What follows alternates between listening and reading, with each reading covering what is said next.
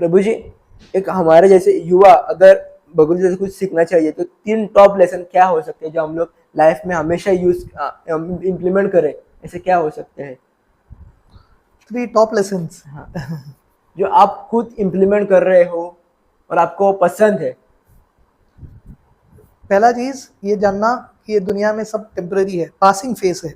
भगवान कृष्ण गीता में बताते हैं, मात्र स्पर्शास्तु कौन्तेय शीतोष्ण सुख दुःखद आगम अपाइनो अनित्यस ताम तितिक्षस्य भारत।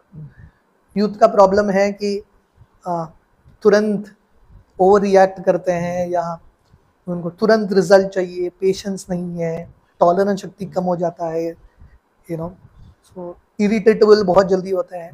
तो भगवान कृष्ण गीता में बताते हैं यू हैव टू टॉलरेट। बहुत कुछ चीज तुरंत चेंज नहीं होता है कि नहीं, हमारे कंट्रोल में सब नहीं होता, ये समझना इंपॉर्टेंट है। यूथ जो है सब कंट्रोल करना चाहते हैं, but many things not in our control.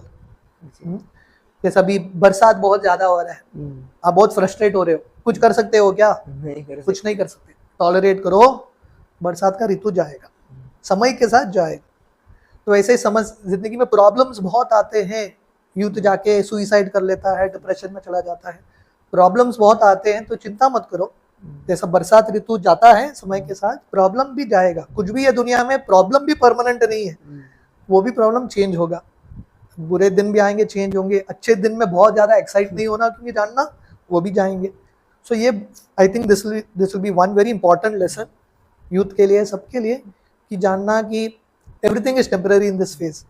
हाँ, सुख दुख एवरीथिंग इज टेम्पररी, तो we have to just take it at a stride, है ना। जो आता है उसको सामने से लेना है और विचलित नहीं होना, एक्साइटेड नहीं होना, हमारा लक्ष्य बना के रखना भगवान की प्राप्ति करने में, कुछ ऊंचे लक्ष्य में। ये पहला चीज़।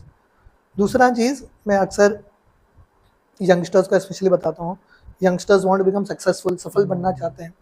सफल बनने के बहुत सारे पुस्तक पढ़ते हैं, जैसे आपने बताया, अट्रैक्शन हो, विजुअलाइजेशन हो, लाइक अलग अलग टेक्नोलॉजी यूज करते हैं। पर गीता एक सफलता का सबसे इंपॉर्टेंट सूत्र बताता है।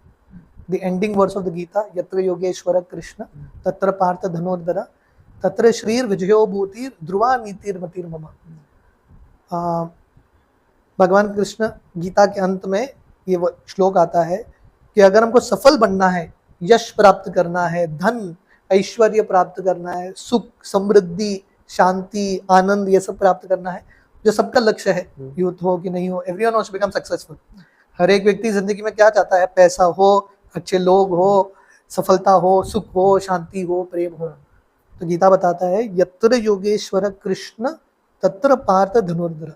ये सब चीज कहाँ पे होते हैं? जहाँ पे कृष्ण और जहाँ पे कृष्ण के भक्त हैं, वही ये सब चीज होंगे। सो देयरफॉर आप मुख्य रूप से सफल बनना चाहते हो, इवन मटीरियली, तो कृष्ण का भक्ति अपनाना बहुत important. You take Krishna bhakti, even materially you become successful. This is the second point I would like to convey. And third, जैसे मैंने बताया, हमारा ये दुनिया के सुख दुख में फंसना नहीं, पर हमारा लक्ष्य ऊंचा बना के रखना। और मनुष्य जिंदगी का लक्ष्य क्या है? भगवान कृष्ण गीता के 8वें अध्याय में बताते हैं, अंतकाले च मामेव स्मरन् मुक्त्वा क्लेवरम य प्रयाति स मद्भावम यास्ति नास्ति अत्र संशय। भगवान कृष्ण बताते हैं जिंदगी का लक्ष्य क्या है?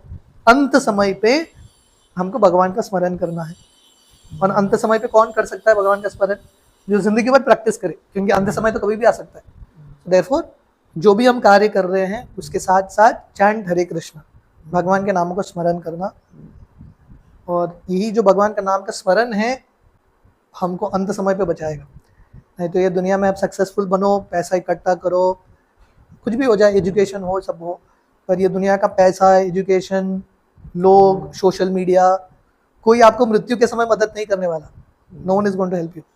सिर्फ भगवान कृष्ण आएंगे मृत्यु के समय, और मृत्यु तो हर व्यक्ति को फेस करना ही है, यंगस्टर हो, ओल्ड हो, everyone has to face it. So therefore get ready for that. और उसके लिए रेडी बनना मतलब भगवान के नामों का जप करना, चैंट हरे कृष्ण। उत्तम प्रकार का अपने जवाब हमने सुनाया है। ऐसा लगा कि ये लाइफ में हमें हमेशा, मुझे तो याद रहेगा ही, मैं इम्प्लीमेंट करूँगा ही।